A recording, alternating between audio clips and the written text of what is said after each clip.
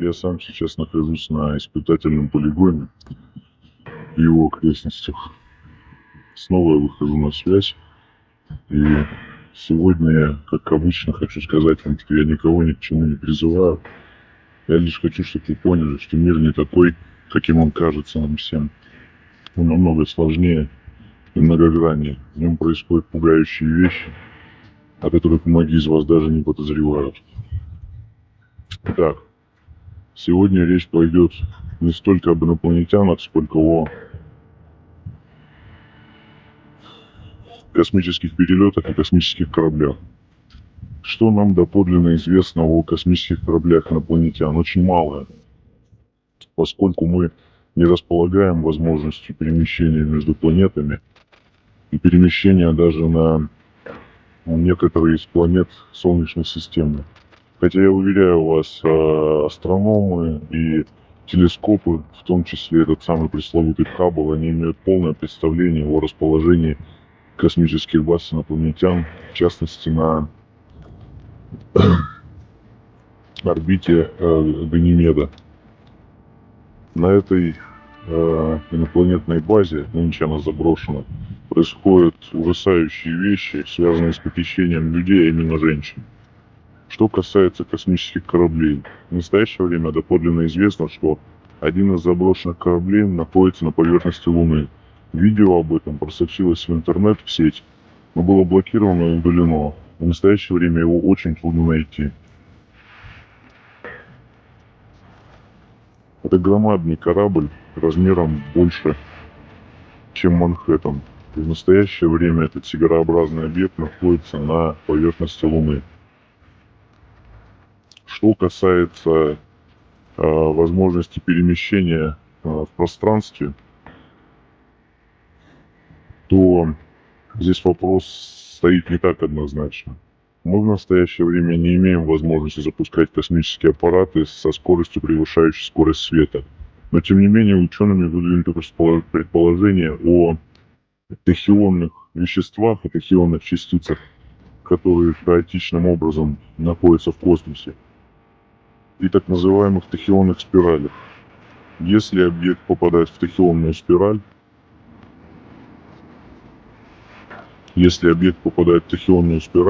то он приобретает скорость выше скорости света.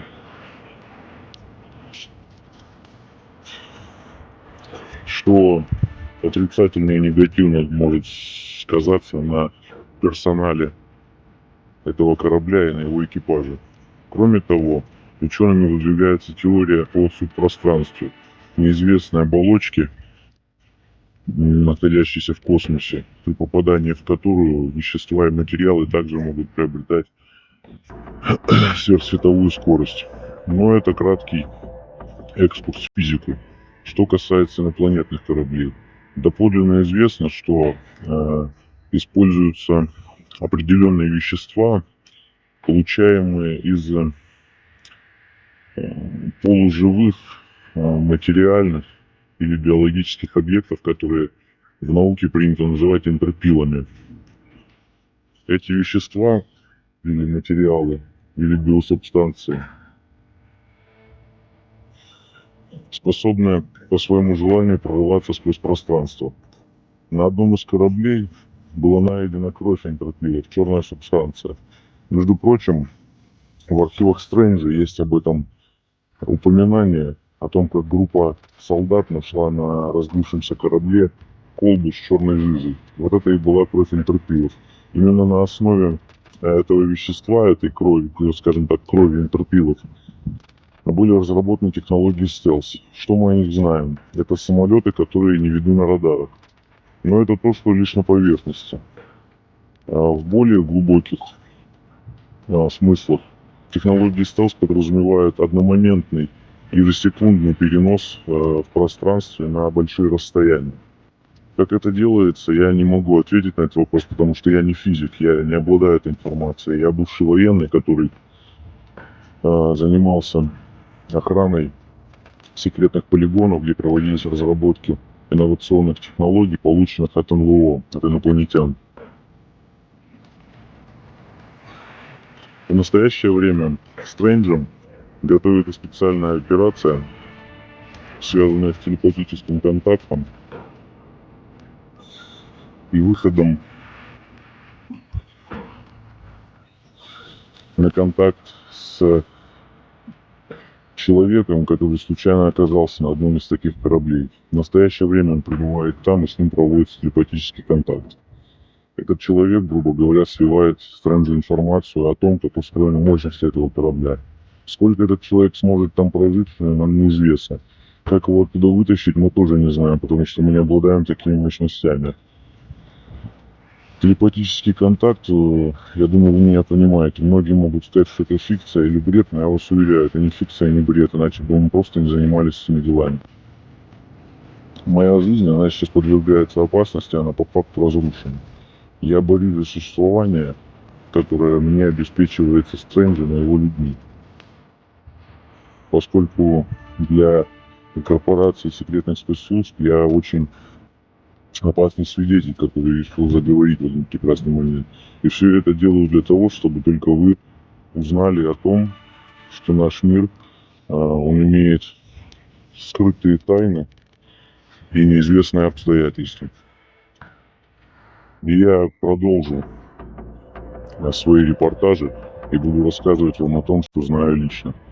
В настоящее время космические корабли могут быть замечены практически над всей поверхностью нашего земного шара.